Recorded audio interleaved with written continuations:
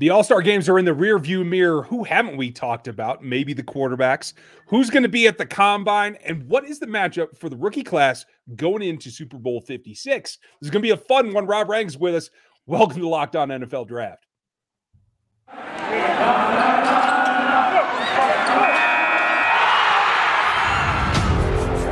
You are Locked On NFL Draft, your daily podcast covering the NFL Draft. Part of the Locked On Podcast Network, your team every day.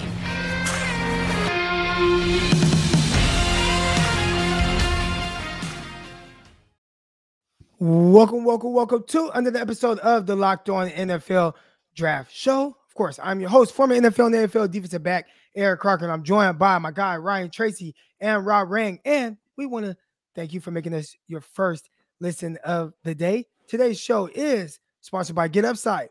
Just download the free Get Upside app and use promo code Touchdown to get 25 cents per gallon or more cash back on your first tank. All right, guys, we got some good things that we're going to get into today. And we're starting off with some of the things going on at the quarterback position. Yes, we've talked about the quarterback position a few times this week, but we want to do a little spin here and kind of tie it into maybe some things that Rob Rang, who was down in Vegas, thought about the quarterbacks that were at the East-West Shrine game. They haven't gotten any love. I haven't seen anyone talk about some of the guys there, but we want to start with the quarterbacks there. Did anyone kind of stand out at all to you or catch your eye? I have to go with the small school guy, E.J. Perry from Brown, guys. I mean, as much as I want to just kind of walk around Vegas and just kind of throw a little bit of dice on the craps table. I mean, when I went out there to Las Vegas in the East-West Shrine Bowl, I thought that it'd be De'Aaron King from Miami. I thought that it'd be Brock Purdy from Iowa State. And I do think that those are legitimate quarterback prospects that NFL teams need to kind of be paying attention to. But the guy that actually impressed me the most, again, was E.J. Perry from Brown. I mean, he's 6'1.5". He's 212 pounds. He is a guy that really just kind of sprinkled the ball all over the field. He showed his accuracy to the short and intermediate level. He showed the ability to be able to loft the ball over the top, showed a little bit of velocity as well. Not a Malik Willis type of a guy that we saw in Mobile who can just, throw a laser to the sidelines, but still enough to warrant the fact that he was invited to the combine. And he is a quarterback that not a lot of people are talking about. And I think the fact that you and we've all had this conversation that this is not necessarily the most impressive quarterback class. Everybody is looking for that sleeper. Well, wake up, folks. E.J. Perry from Brown might just be the quarterback that people have to be paying a little bit more attention to. You also talked about another player that kind of stood out. I know he's not a quarterback, but a certain running back from Fight On USC. Yeah, exactly. I mean, that's one of the things you really have to kind of focus in on some of the guys who are making big plays out there, and there is no question about Keonta Ingram. So for Keonta Ingram, I mean, this is a player who has been incredibly productive not only at USC but previously in his career at Texas with the Texas Longhorns, and this was a guy that I went in there kind of interested to see who is going to be able to make some splashy plays. And Keonta Ingram absolutely did that. I mean, he was a guy, again, who's been incredibly productive at the collegiate level.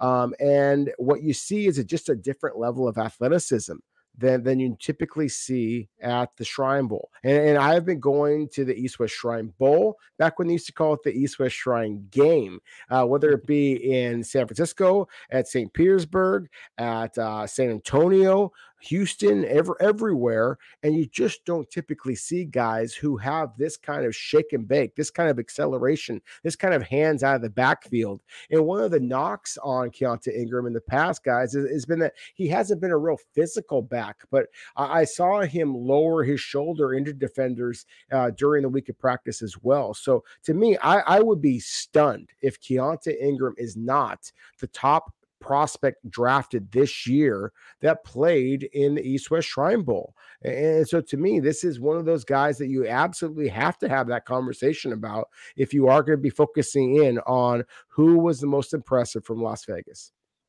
I wanted to ask you about one wide receiver in particular, too. Kyle Phelps, UCLA. I believe he was on the field. We heard rumors he might make it to Mobile, might not, whatever. What was your takeaway for him in particular? No, he looked like a guy who's going to play with the New England Patriots or the Tampa Bay Buccaneers with Tom Brady. I mean, just like your classic slot receiver. I mean, just a different level of change of direction, his quickness, his soft hands, the return ability as well. Just a really good football player, but also a shorter guy, a classic slot receiver, not somebody who that you have to worry about is going to be running in the 4.4s, is going to be generating a great deal of buzz in that regard. But the kind of the classic day 3, maybe even late or undrafted free agent type, but absolutely it ends up making an NFL roster and makes all of us out there who are saying, oh, you should just be focusing on wide receivers going the first and second round, make everybody look silly, because he is the kind of guy that actually is a playmaker from that slot position that is so critically important in today's NFL. So yeah, kudos to you, Ryan, for even mentioning him, because he was the wide receiver of this class in Las Vegas that actually, I thought was the most impressive of all of them. Well, we haven't gotten a lot of your opinion on kind of maybe your final thoughts on what you saw from the quarterback position, not just at the Senior Bowl, but just kind of breaking down the quarterbacks in general. Yesterday we had on John Harris, and we talked about, potentially Matt Corral kind of boosting his stock because he wasn't there at the Senior Bowl. And now, it's like if there's anybody that can rise, could be potentially Matt Corral. What do you kind of think about that, or just the quarterback group in general? Because a lot of people are interested about this one. Yeah, exactly. I mean, I think that Matt Corral kind of just moved himself up just because he wasn't at the Senior Bowl. He didn't have to experience all of the weather conditions that a guy like a Kenny Pickett, who is my personal top-rated senior quarterback, remains my top-rated senior quarterback, but at the same time doesn't have a great deal of upside. I've argued for months, guys, I'm not so sure that there's any quarterback in this class that really truly deserves to be a first-round pick. I think there's going to be some that actually go in the first round. There's an awful lot of teams out there who are just willing to throw the dice and, just kind of gamble a little bit the quarterback position. The guy who I thought was the most impressive in Mobile in terms of just physical traits is clearly Liberty's Malik Willis. I mean, you talk about the guy who has the strongest arm, the guy who's the best athlete. You can see that on tape, though. To me, what was the most exciting about Malik Willis in Mobile was the fact that he struggled with accuracy on Tuesday's practice and then made a significant jump in Wednesday's practice. I was one of the few media members who was allowed to go into practice on Thursday. He took another step on Thursday as well. That's what you're looking for. You want to see a development from a quarterback who played a little bit at Ole Miss and then, at Auburn and a lot more at Liberty with former Ole Miss coach Hugh Freeze. That's my mistake. So that's why you're excited about him, is the fact that he has made those strides. At the same time, I still think that we're talking about kind of a Jalen Hurts type of a quarterback. I want to say that Malik Willis is an absolute superstar, and yes, he should go number 1 overall. I just don't believe that. I think that he is a quarterback who is still very, very raw, has a lot of traits. I don't know that he is a guy that you can actually trust to play on your NFL team in 2022. And so if that's not the case, then how the heck do you justify selecting a quarterback in the first round? So again, Malik Willis is the big winner, in my opinion. He is the guy that flashes all the traits. Desmond Ridder from Cincinnati, I thought had a really underrated week of practice. He was as steady as steady got with this 2022 draft class, in my opinion. But at the same time, I still think that this is a class, as we talked about before, it kind of just leaves you wanting more. And if you don't have a quarterback that you just are willing to hedge all your bets and say, this is the guy, then maybe you don't invest one of those top 32 draft picks in one of those guys. Oh, and that was a big conversation that we had yesterday when we had John Harris on it. I'm pretty sure that conversation not going anywhere. It's only going to continue as the combine comes up. And that's what we're going to talk about next. The combine list, the official list is out. We're going to get into that and much more. But first, we want to talk to you a little bit about Get Upside. And all of our listeners of the Locked On NFL Draft They should know about this. It's an incredible app that everyone who buys gas needs to know about. All right, it's called Get Upside. Our listeners are earning cash back for every gallon of gas every time they fill up. Just download the free Get Upside app in the App Store or Google Play Store right now and use promo code Touchdown for 25 cents per gallon or more back on your first fill up. Again, cash back. Don't pay full price at a pump ever again. Get that cash back by using Get Upside. All right. Again, just download the app right now. The app is free. And some of our people that are driving a ton, they're making $200-$300 a year cash back. And the best part about it, there is no catch. There's no catch. All right. The cash gets added right to your account.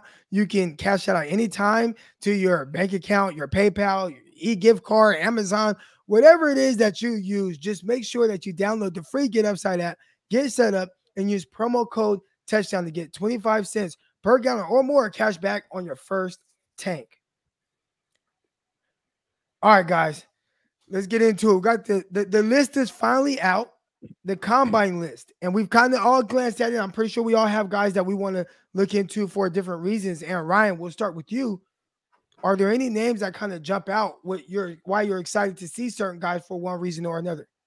Yeah, the first name that comes out to me is outside linebacker from Oklahoma, Nick Benito, a guy that I liked early in the season. I think he fell off and hit a little rough spot mid-season, but without being able to compare him to what we saw in Mobile, there's a lot of flash there, and there's a lot of reaction to guys like D'Angelo Malone and Myjai Sanders, some of the smaller, like 3-4 OLB type edge rushers.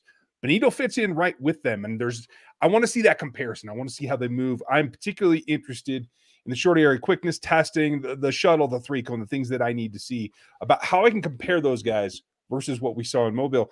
I think he's going to come out on the upside of those comparisons myself. I think his production will speak for itself. That's one guy that pops off for me. What about you, Rob?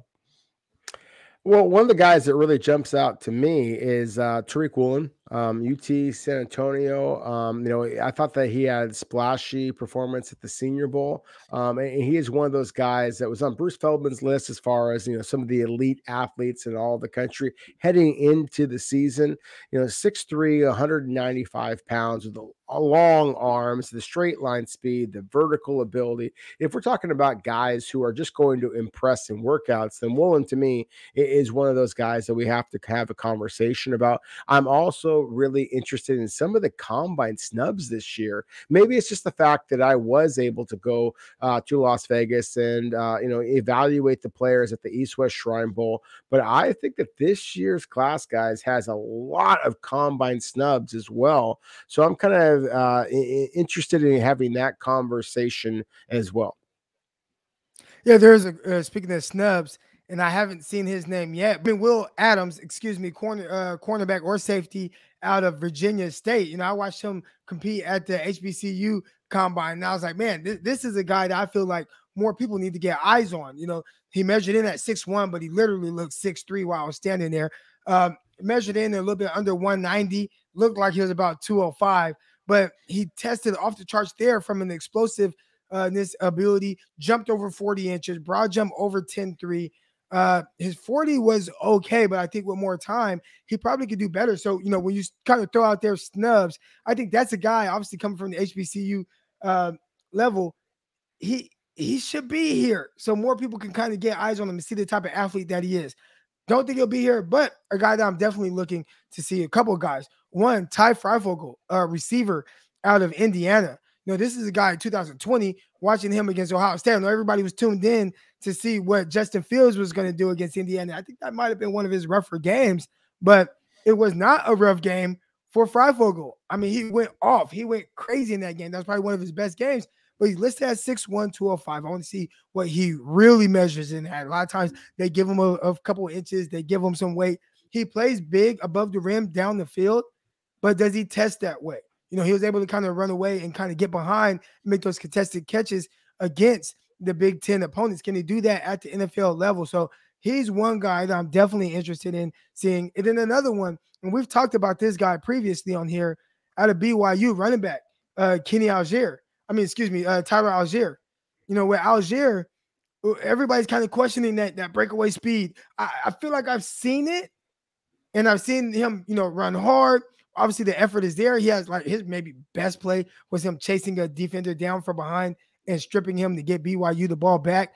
That was amazing effort. Kind of talks about the player that he is, the effort that he gives.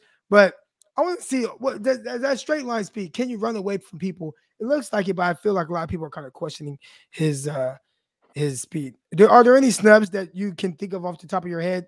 And I'll start with you, Rob. Like maybe somebody that you feel like should be there. Actually, there's a lot of guys. That's the thing is I think that one just positional group that I think that is not getting enough attention is the tight end group. I would start off with Armani Rogers, the tight end I saw from Ohio at the East-West Shrine Bowl. I mean, I think this guy's going to run the 4.4s. He is 6'6". He's 240 pounds. He runs like the wind. Now he is not the biggest blocker. He is not the most physical guy, but at the same time, I mean, look at what we're seeing happen in today's NFL. I mean, the guys like that still wind up getting drafted and wind up being very productive football players if they're put in positions to succeed. And let's just completely flip the switch. Let's say you want a tight end who actually can block somebody. Then I think that Lucas Kroll from Pittsburgh or University of Pittsburgh, everybody kind of talks about the quarterback there, the receivers there. I get all that. You want a tight end who can put a defensive end on his backside, then Kroll, Krull, is a guy that is cruel with the way that he uses his physicality. So to me, those are some of the guys out there. I mean, we can kind of go position by position. I'll mention one guy at the quarterback position, Eric Berrier. I mean, from Eastern Washington. He's a guy from Eastern Washington. It's Eastern Washington. Not a lot of people are focusing much attention on the Eastern Washington Eagles. They should after what Cooper Kupp did this year. You took the words right out of my mouth, sir. Exactly. Kendrick Bourne's doing well. Eastern Washington guys. Ebicom, I mean, there's lots of guys. I mean, that's the thing. Eastern Washington Eagles actually put guys into the NFL. And, that's the thing is that we're having this conversation about quarterbacks, a relatively weak quarterback class. And yet I'm telling you that this kid Berrier can play.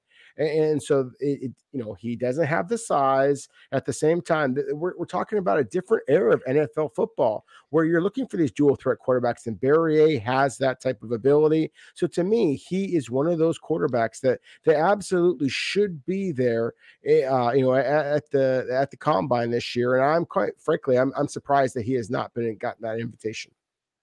Man, I haven't done too deep, but the one guy that stands out to me that I was looking forward to seeing run and get all the measurables on was Jakari Robinson from Wake Forest. He's overshadowed a lot by A.T. Perry, but I thought as a duo, I thought they fed off of each other really well, and I wanted to see him run and get apples to apples on everything. So I'm sure we'll get that at the pro day, but we all know what happens at pro days. So I guess I'll just hold my breath and see how low the times come in. I'm surprised you guys didn't talk about wanting to see some of the offensive linemen run. Rob, I do have a question. You brought up the tight end group and how they're not getting a lot of love and people aren't really talking about him. But Jaylen Weidemeyer, I feel like out of Texas A&M, he's someone, I think people are on like wide spectrums of like what he is and what his ability is. To me, he looks more like kind of a slower mover, wins kind of in a basketball way, body positioning, as opposed to what we've seen from some or more receivers coming out right now, or receiving style tight ends that went with route separation. They actually look like receivers, but they're just kind of in tight end frames. I don't think he fits kind of that. That's my perspective. I know some people think that he's potentially a first round caliber guy.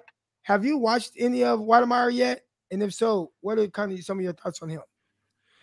Well, to me, Weidemeyer is a guy who I actually think is going to be fairly impressive in the workouts. It's just when I watch him on tape, I see a guy who sometimes for the YouTube watchers out there, they're going to be able to see my hands. And this is the way you actually catch a football, with your hands this way.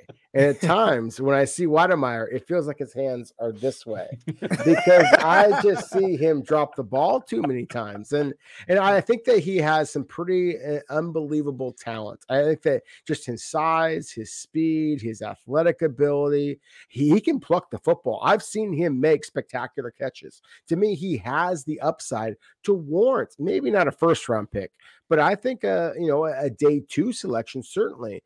At the same time, I think that you also can make the argument that he might be the tight end of this draft class who is the biggest roll of the dice, because there are just too many drops, not only this past season, but over his entire collegiate career. So I love the fact that you mentioned him, Eric, because to me, he is among the absolute boomer bust prospects, certainly the biggest boomer bust prospect, in my opinion, at the tight end position. All right, yeah, that's definitely going to be a guy that we're keeping an eye on. And speaking of keeping an eye on things, you got the Super Bowl coming up, and there's a certain rookie that's going to have a big-time challenge with this guy lining up across from him. We're going to get into that next. But first, I want to talk to you a little bit about BetOnline. And you might want to bet on this game and maybe bet on some props. BetOnline has you covered this season with more props, odds, and lines than ever before as football continues to march through this last week heading into the Super Bowl. Big time game. We know who's favored. It's the Rams. Will the underdog Bengals be able to kind of unseat them? Again, we talked about that matchup between Jamar Chase and Jalen Ramsey. That's coming up. All right, betonline.net. It remains the best spot for you to wager on sports scores, podcasts, news, all this season. And it's not just for football, guys. You know, there's BetOnline that has you up to the minute information on pro and college basketball, NHL, boxing, UFC, along with live real-time updates on current games. All right, don't wait to take advantage of this new amazing offer that's available for the 2022 season and the Super Bowl that's about to be played on Sunday. BetOnline is where the games start. All right, y'all, we just mentioned it just a little bit, but Jamar Chase, has your logic and thought process on what do you prioritize in the draft kind of changed based on just that pick? Because I thought it was the craziest thing in the world that the Bengals were taking a receiver at number 5 over what most people thought was a generational talent in Penei Sewell. You have a quarterback in Joe Burrow who he's coming off of a reconstructed knee. I mean, he blew his whole knee out getting hit in the pocket. And you would think, hey, we want to do everything to protect our young quarterback. Well, they said, nah, maybe we'll draft a guy later. But at this spot, we're going to take somebody that's going to be dangerous. And if we can't protect Joe Burrow, we're still going to be able to throw the ball down the field and be extremely explosive. And Burrow got hit or sacked more than anybody in the NFL. I believe he got sacked 9 times against the Tennessee Titans in the divisional round game. Didn't matter. Explosive, and now they're in the Super Bowl. So before we get into the matchup with Ramsey and Jamar Chase, has your thought process changed at all, at least with the philosophy on what you feel is most important with kind of building an offense? I'll just jump in there real quick, guys. I really was surprised by the Bengals' decision here because of all the different reasons that you just said, Croc. I mean, Burrow had just been hit so many times his rookie season. Obviously, suffers the injury. There was a lot of talk. Was Burrow going to become this superstar? Of course, that's exactly what he's become. He has completely legitimized himself as being the Heisman Trophy winner, the number 1 overall pick. It has just been inspirational, frankly, to see what Burrow has done to the Cincinnati Bengals, taking them to the Super Bowl, just inspiring so many people around the country. It has been spectacular, and Jamar Chase has been a huge part of that.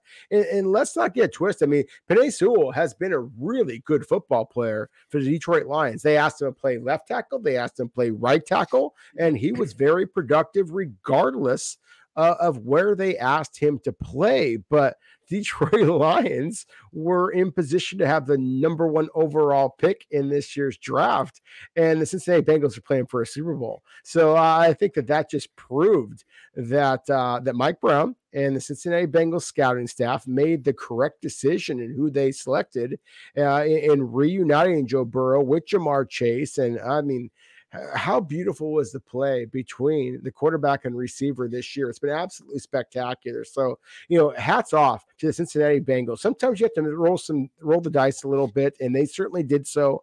And they won big with Jamar Chase and Joe Burrow so far this season. That is a matchup against Jalen Ramsey, at least that I'm anticipating. I think that Jalen Ramsey, if it was my decision, I would be matching Jalen Ramsey against Jamar Chase snap after snap after snap and forcing Joe Burrow to hit T. Higgins, to hit anyone else other than Jamar Chase. I think that is going to be an absolutely fascinating matchup all throughout Super Bowl. I can't agree more with that part of it. And kudos to all the kudos that the front office in Cincinnati is getting. But I feel like there's something that's being overlooked in that, from what I understand, Joe Burrow had a larger voice than maybe we're used to a rookie quarterback having in that decision, because nothing's changed for me. I still would have took the tackle. I think what we're seeing here is the phenomenon, and it's not just this pair. This pair is obviously, after playing together, Joe got the championship, the sit out, the whole thing. The synergy of two players that have that experience together, I think, is being underrated overall. Because I think we see it with a much lesser talent at quarterback in Tua Tagovailoa, with Jaylen Waddle breaking records for receptions down there too. Like, that familiarity, I think, translates to the football field instantly. And it then becomes about just how far can you push it and what is the higher end of that athletic ability. And I think Chase kind of took that off the boards. But I think it all comes back to Burrow's in the room and able to say, listen, I know I'll take a few more hits. I want to throw him the ball. I want to be able to chuck it up against the Chiefs and kill everyone. And that's what I was going to ask you. So, the Chiefs have seen Chase multiple times, and the outcome not so great for Kansas City. So kind of what are your thoughts on what you're seeing from that young pair, really not just right now, but for years to come? I think it's only going to get better here. The question is, can they maintain balance? And Brett Veach, if you're listening, can we talk about long, tall corners, please? That said, it is about how he adapts, because there are going to be some things here. If he continues to get hit like this, should he have another significant injury, that starts to change things. And I think what we see from Jalen Ramsey in this game is going to go a long way towards giving somebody another blueprint about how to stop this pair, or at least slow them down in a way that does force them back to Higgins, that forces them back to the run game. So I'm looking very forward to this Super Bowl producing something that the Kansas City Chiefs can actually take away from. Yeah, and for me, I'm definitely looking forward to this matchup as well. I mean, Jalen Ramsey is one of my favorite players in the NFL to watch week in, week out. Just love the way he carries himself, his attitude and his mindset. And you're seeing the comments already kind of brewing between the two guys. And, Ramsey saying, I'm going to line up on them. And you got his coordinator, Raheem Morris, saying, hey, I'll go to bat with Ramsey versus anyone. And then you got Chase. He's the rookie. He's trying to remain humble, but I know he's very confident in his abilities and what he's been able to do to just really anyone, top corners, low end corners, doesn't matter. He's been pretty spectacular. That's now the question that I have is Ramsey going to follow him and shadow him this whole time? Because Ramsey, they kind of used him a little bit different this year, where he plays a little bit more nickel, kind of that quote unquote star position, where he playing that slot and not necessarily have to guard a guy everywhere he goes. And the last time he did, it actually didn't go too well. The divisional round playoffs, Tampa Bay Buccaneers against the Rams, Ramsey kind of got torched by Mike Evans. I mean, torched. And that, if Mike Evans is able to torch you, which I think is probably maybe the most underrated receiver in the NFL, but if he's doing that to you where you're supposed to match up extremely well against him, I think this Chase matchup might be a little tougher. Not trying to put down anything Mike Evans has done, but that's one thing it's gonna be intriguing. This is the last time we'll have a chance to talk with you, Rob, before this Sunday's game. Do you have any kind of predictions on how you think this whole thing plays out? Well, I think that folks should be logging into lockedonbets.com and considering just making a little bit of a play on Aaron Donald. I think that everybody's going to focus in on the quarterbacks, and the receivers, and for good reason. I still think that the Cincinnati Bengals might just wind up shocking the world and winning this football game. I'm really, really a big fan of Burrow and what he has proven himself able to do. And at the same time, I have some real reservations about what Matthew Stafford has been able to do. And we know how this goes. The team that wins the Super Bowl, the quarterback generally gets the MVP. But I don't know that the Cincinnati Bengals have any plan of how they're going to be able to stop Aaron Donald.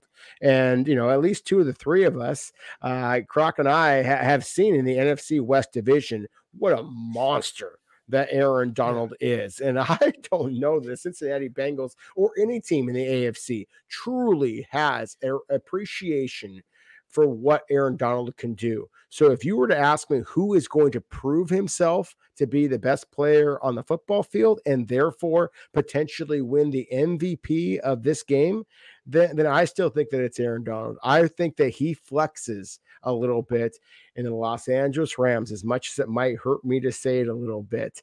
Los Angeles Rams somehow might actually be able to win this game, despite the fact that I do think the better quarterback on the field is actually playing for the other side.